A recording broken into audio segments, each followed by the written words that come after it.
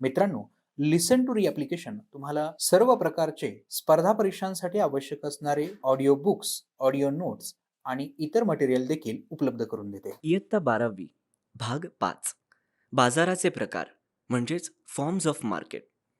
प्रस्तावना.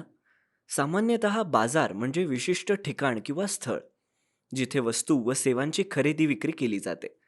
पण अर्थशास्त्रात बाजार म्हणजे एक विशिष्ट ठिकाण नसून अशी व्यवस्था आहे की ज्यामध्ये विक्रेते व ग्राहक प्रत्यक्ष किंवा अप्रत्यक्षरित्या एकमेकांच्या संपर्कात येतात आणि वस्तू व सेवांची देवाणघेवाण करतात. बाजाराची व्याख्या.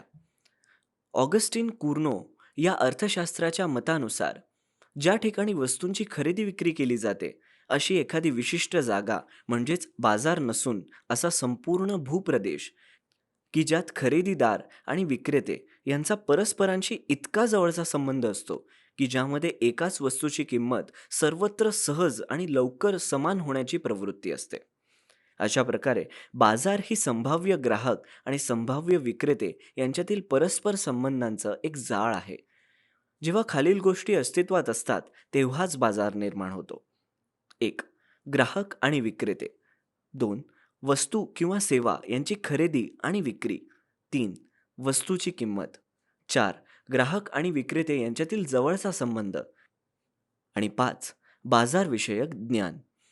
बाजारांचे वर्गीकरण. बाजारांचे वर्गीकरण खालीलप्रमाणे करता येते. खालील दिलेल्या आकृती 5.1 मध्ये हे दर्शवलंय. 1. स्थळानुसार. त्यामध्ये येतं स्थानिक बाजारपेठ. स्थानिक बाजार म्हणजे असा बाजार की ज्यात ग्राहक वस्तूचे उत्पादन ज्या ठिकाणी होते त्याच ठिकाणाहून वस्तू खरेदी करतात. त्यातील दुसरा भाग म्हणजे राष्ट्रीय बाजारपेठ. राष्ट्रीय बाजार हा देशांतर्गत बाजार. प्रत्येक राष्ट्रीय बाजारपेठेला त्या देशातील नियम लागू होतात. आणि त्यातील पुढचा भाग म्हणजे आंतरराष्ट्रीय बाजारपेठ. आंतरराष्ट्रीय बाजारपेठ ही जागतिक बाजारपेठ असून ज्यामध्ये राष्ट्रीय सीमा ओलांडून वस्तू व सेवांचे आदानप्रदान होते. 2. काळानुसार. यामध्ये येतं अत्यल्प काळ. अत्यल्प काळ म्हणजे असा काळ की ज्यामध्ये वस्तूंचा पुरवठा वाढवता येत नाही. त्यामुळे वस्तूंची किंमत मागणी निर्धारित करते. हा काळ काही दिवसांचा किंवा आठवड्यांचा असतो ज्यात वस्तूचा पुरवठा वाढवता येत नाही. 2. अल्पकाळ. अल्पकाळ हा एका वर्षापेक्षा कमी कालावधीचा काळ आहे. या काळात वस्तू व सेवांचा पुरवठा काही प्रमाणात आदानांचे समायोजन करून वस्तूचा पुरवठा वाढवता येणं शक्य आहे. दीर्घकाळ. दीर्घकाळ हा असा कालावधी आहे ज्यात उत्पादनाचे घटक आणि उत्पादन खर्च बदलणं शक्य असतं. दीर्घकाळात उद्योग संस्थांना सर्व प्रकारच्या खर्चांशी जुळवून घेणं हे शक्य होतं. हा कालावधी काही वर्षांचा असतो. उदाहरणतः साधारणपणे 5 वर्षांपर्यंत. अतिदीर्घकाळ. अतिदीर्घकाळ म्हणजे असा काळ ज्यामध्ये उत्पादनांची सर्व आदाने बदलता येणं शक्य असतं. हा कालावधी 5 वर्षांपेक्षा अधिक असतो. 3. स्पर्धेनुसार. अर्थशास्त्रात विक्रेते व ग्राहक यांच्यातील स्पर्धा हा बाजारातील वर्गीकरणातील अतिशय महत्त्वाचा निकष आहे. विक्रेत्यांमधील स्पर्धेवर आधारित बाजारातील विविध प्रकारांचा अभ्यास करूयात. अ. पूर्ण स्पर्धा. यामध्ये येतात अर्थ व व्याख्या. पूर्ण स्पर्धा ही प्रत्यक्ष बाजारापेक्षा एक आदर्श आणि काल्पनिक संकल्पना आहे. मिसेस जॉन रॉबिन्सन यांच्या शब्दात, जेव्हा प्रत्येक उत्पादकाच्या उत्पादनाला असणारी मागणी पूर्ण लवचिक असते तेव्हा पूर्ण स्पर्धा अस्तित्वात येते. पूर्ण स्पर्धा हा असा बाजार आहे की ज्यात विक्रेते व ग्राहक असंख्य असतात. सर्व विक्रेते आणि ग्राहक कोणत्याही निर्बंधाशिवाय एकजिनसी वस्तूंची खरेदी विक्री करण्यात गुंतलेले असतात. तसंच ग्राहक व विक्रेते यांना बाजार स्थितीचे पूर्ण ज्ञान असते. 1. असंख्य विक्रेते व असंख्य ग्राहक. पूर्ण स्पर्धेत असंख्य विक्रेते व असंख्य ग्राहक असतात. अगोदर उल्लेख केल्याप्रमाणे एकूण बाजारात प्रत्येक विक्रेता व ग्राहक यांचा सहभाग नगण्य असतो. त्यामुळे कोणताही एक विक्रेता बाजारातील किमतीवर प्रभाव पाडू शकत नाही. अशा प्रकारे पूर्ण स्पर्धेत विक्रेते किंमत स्वीकारणारे असतात. तसंच ग्राहकांची ही संख्या प्रचंड असते. प्रत्येक ग्राहकाची खरेदी ही एकूण खरेदीचा अल्पसा भाग असतो. त्यामुळे वस्तूच्या किमतीवर कोणताही ग्राहक प्रभाव पाडू शकत नाही. आमचे असेच ऑडिओ लेक्चर ऐकत राहण्यासाठी तुम्ही या ऑडिओसोबतच्या लिंकवर क्लिक करून प्ले स्टोअरवरून आपले ॲप्लिकेशन डाउनलोड करू शकता. 2. एकजिनसी वस्तू. पूर्ण स्पर्धेचे महत्त्वाचे वैशिष्ट्य म्हणजे असंख्य विक्रेत्यांकडून विकली जाणारी वस्तू ही ग्राहकाच्या दृष्टीने आकार, रूप, रंग, चव इत्यादींबाबतीत एकजिनसी असली पाहिजे. सर्व वस्तू परस्परांना पूर्णतः पर्यायी असतात. 3. मुक्त प्रवेश आणि निर्गमन. या बाजारपेठेत प्रवेश आणि निर्गमनावर कुठलेही निर्बंध नसतात. जर नफ्याची आशा असेल तर उद्योग संस्था बाजारात प्रवेश करतात आणि तोट्याची शक्यता असेल तर बाजारातून निर्गमन करतात. 4. एकच किंमत.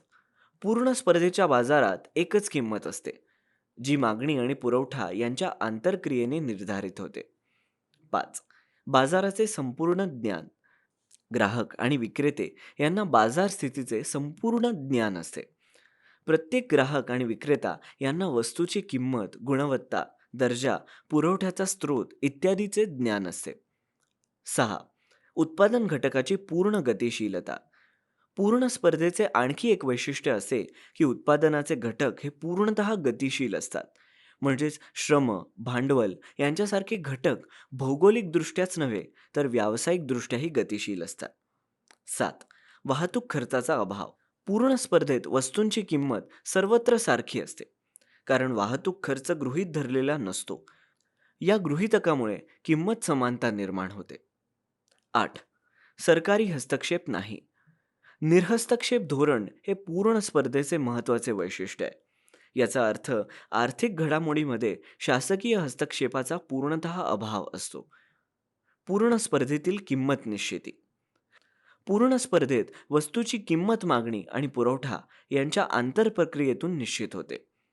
याला समतोल किंमत असंही म्हणतात. मार्शलने किंमत निश्चितीच्या या प्रक्रियेची तुलना कात्रीने कापड कापण्याच्या प्रक्रियेशी केली आहे.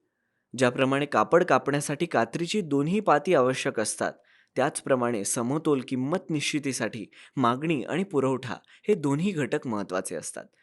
हे खालील कोष्टकाच्या व आकृतीच्या सहाय्याने स्पष्ट केलंय. ब. अपूर्ण स्पर्धा. अपूर्ण स्पर्धा हा बाजाराचा असा प्रकार आहे की ज्यात स्पर्धायुक्त बाजाराची सर्व वैशिष्ट्ये आढळत नाहीत, तर काही वैशिष्ट्ये आढळतात. 1. मक्तेदारी. अर्थ आणि व्याख्या. मक्तेदारी म्हणजेच मोनोपोली या शब्दाची उत्पत्ती मोनो म्हणजे एक आणि पोली म्हणजे विक्रेता या ग्रीक शब्दापासून झाली आहे. मक्तेदारी म्हणजे असा बाजार ज्यात एकच विक्रेता असून त्याचे संपूर्ण बाजार पुरवठ्यावर नियंत्रण असतं व त्याच्या वस्तूला जवळचा पर्याय नसतो. E.H. चेंबरलिन यांच्या मते मक्तेदारी म्हणजेच एक उद्योग संस्था जी संपूर्ण पुरवठ्यावर नियंत्रण ठेवते आणि जिला बाजारात अगदी जवळचा पर्याय नसतो. मक्तेदारीची वैशिष्ट्ये खालीलप्रमाणे. 1. एकच विक्रेता. मक्तेदारीत वस्तूचा उत्पादक किंवा विक्रेता एकच असल्यामुळे विक्रेत्यांमध्ये स्पर्धा नसते, परंतु ग्राहकांची संख्या ही जास्त असते. 2. पर्यायी वस्तूंचा अभाव. मक्तेदाराच्या उत्पादनाला जवळचे पर्याय नसतात, त्यामुळे ग्राहकांच्या पसंतीला वाव नसतो. त्यांना मक्तेदाराकडून एकतर वस्तू विकत घ्यावी लागते किंवा वस्तूपासून वंचित राहावं लागतं. मक्तेदारीत मागणीची छेदक लवचिकता शून्य किंवा नकारात्मक असते. 3. प्रवेशावर निर्बंध. कायदेशीर, नैसर्गिक व तांत्रिक बंधनांमुळे इतर स्पर्धकांच्या बाजारातील प्रवेशांवर बंधनं असतात. 4. बाजार पुरवठ्यावर पूर्ण नियंत्रण. मक्तेदाराचे बाजार पुरवठ्यावर पूर्ण नियंत्रण असतं. तो वस्तूचा एकमेव उत्पादक व विक्रेता असतो. 5. किंमतकर्ता. मक्तेदाराचे संपूर्ण बाजार पुरवठ्यावर नियंत्रण असते, त्यामुळे मक्तेदारी उद्योग संस्था स्वतःच्या मालाची म्हणजेच उत्पादनाची किंमत ही निश्चित करते, त्यामुळे मक्तेदार हा किंमतकर्ता असतो. 6. मूल्यभेद.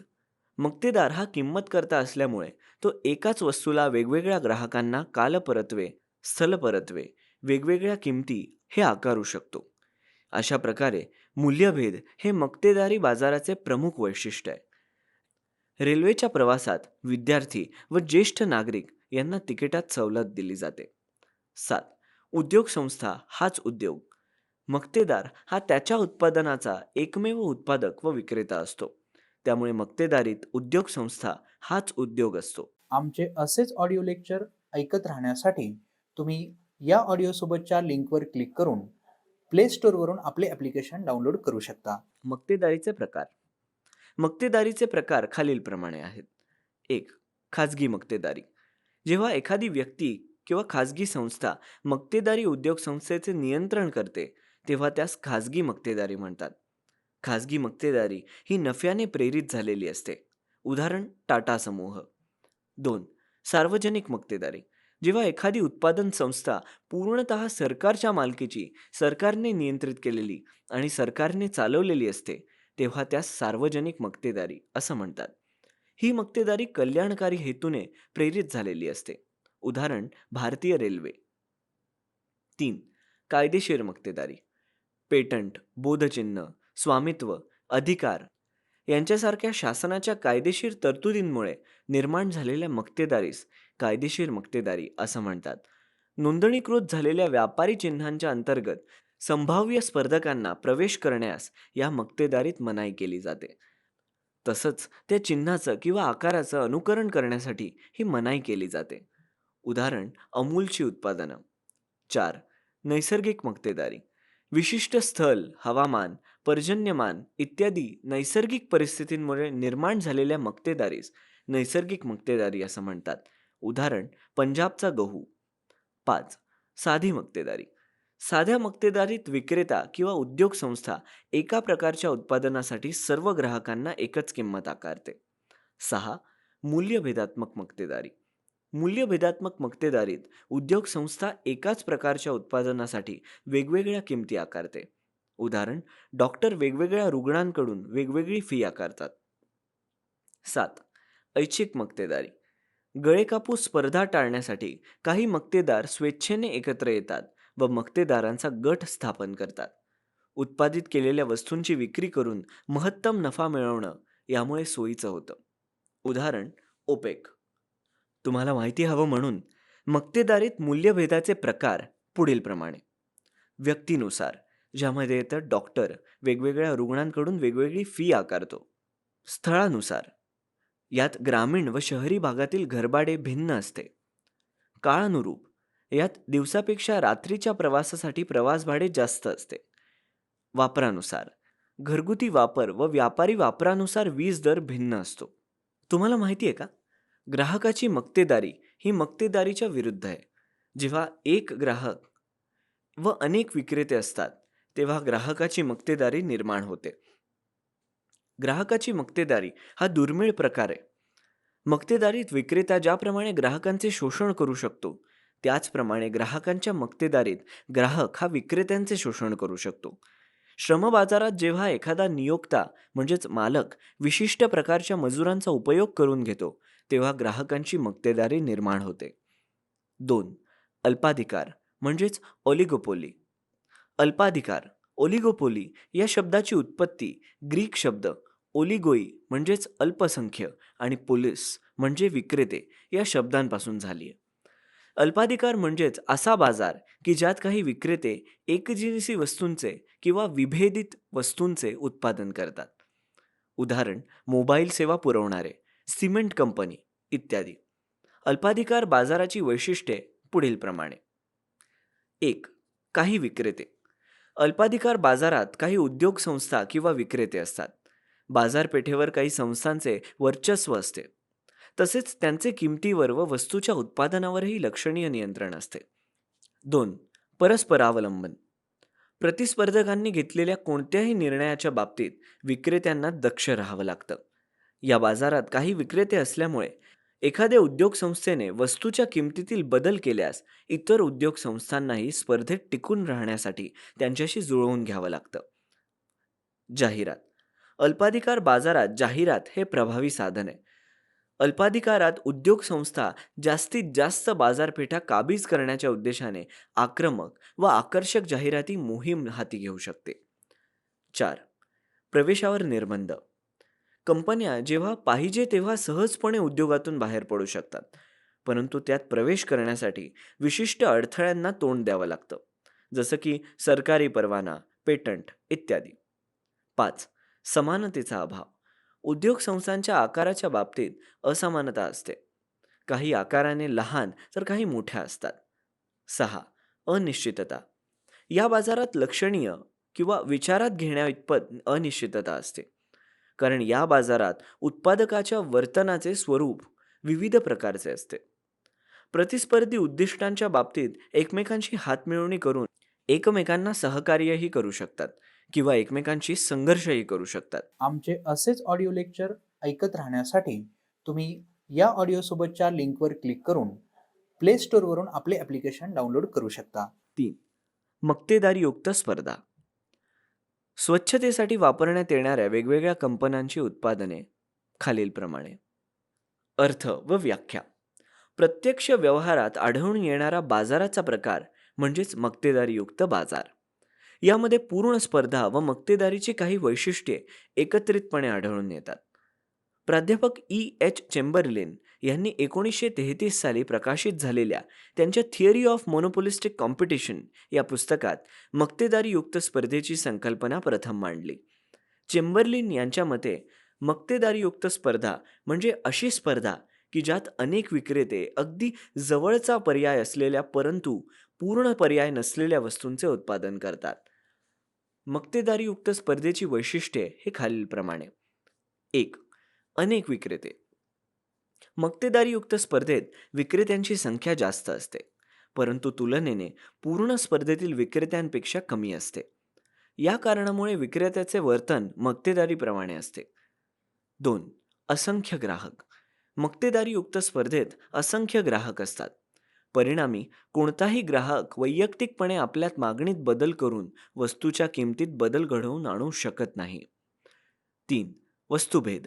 वस्तुभेद हे मक्तेदारीयुक्त स्पर्धेचे महत्त्वाचे वैशिष्ट्य आहे. या बाजारात अनेक उद्योग संस्था विशिष्ट वस्तूंचे उत्पादन करतात, परंतु प्रत्येक उद्योग संस्थेचे उत्पादन हे बाजारातील दुसऱ्या उद्योग संस्थेच्या उत्पादनापेक्षा वेगळे असते. यालाच वस्तुभेद असं म्हणतात. हा वस्तुभेद ब्रँड म्हणजेच छाप, व्यापारी चिन्ह म्हणजेच ट्रेडमार्क, वस्तूची आकर्षक बांधणी, दर्जा, नक्षीकाम, रंग, वेष्टन, आकार इत्यादींबाबतीत आढळतो.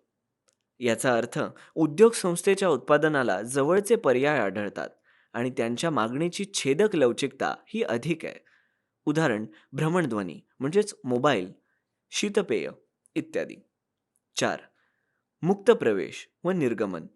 पूर्ण स्पर्धेप्रमाणे याही बाजारात नवीन व्यवसाय संस्थांना मुक्त प्रवेश असतो. त्याचप्रमाणे तोटा होत असल्यास कोणतीही उद्योग संस्था उत्पादन बंद करून स्पर्धेतून बाहेर पडू शकते. 5. विक्री खर्च. विक्री खर्च हा मक्तेदारीयुक्त स्पर्धेतच आढळतो. उत्पादकाच्या उत्पादनाला अधिक मागणी निर्माण करण्यासाठी व वस्तूची विक्री वाढवण्यासाठी करावा लागणारा खर्च म्हणजेच विक्री खर्च. जाहिरात, दूरदर्शन, आकाशवाणी, फलक जाहिराती, प्रदर्शन, खिडकी प्रदर्शन, मोफत भेटवस्तू, मोफत नमुना वस्तू इत्यादींचा समावेश विक्री खर्चात होतो. 6. जवळचे पर्याय. मक्तेदारीयुक्त स्पर्धेत वस्तूंना अगदीच जवळचे पर्याय उपलब्ध असतात. उदाहरण विविध कंपन्यांचे साबण, शीतपेय इत्यादी. 7. गटसंकल्पना. मक्तेदारीयुक्त स्पर्धेत चेंबरलिन यांनी उद्योग या संकल्पनेऐवजी गटाची संकल्पना वापरली. एकजिनसी वस्तूंचे उत्पादन करणाऱ्या संस्थांना समुदाय म्हणजे उद्योग असं म्हणतात, तर एकमेकांना जवळचा पर्याय असणाऱ्या व वस्तुभेद निर्माण करणाऱ्या संस्थांना समुदाय म्हणजेच गट असं म्हणतात. उदाहरण औषध उत्पादित करणाऱ्या संस्थांचा समूह. लिसन टू ॲप्लिकेशन तुम्हाला सर्व स्पर्धा परीक्षांसाठी आवश्यक असणारी ऑडिओ नोट्स, ऑडिओ बुक्स आणि इतर मटेरियल देखील उपलब्ध करून देते. चला तर मित्रांनो, भेटूयात पुढच्या लेक्चरमध्ये. तोपर्यंत धन्यवाद.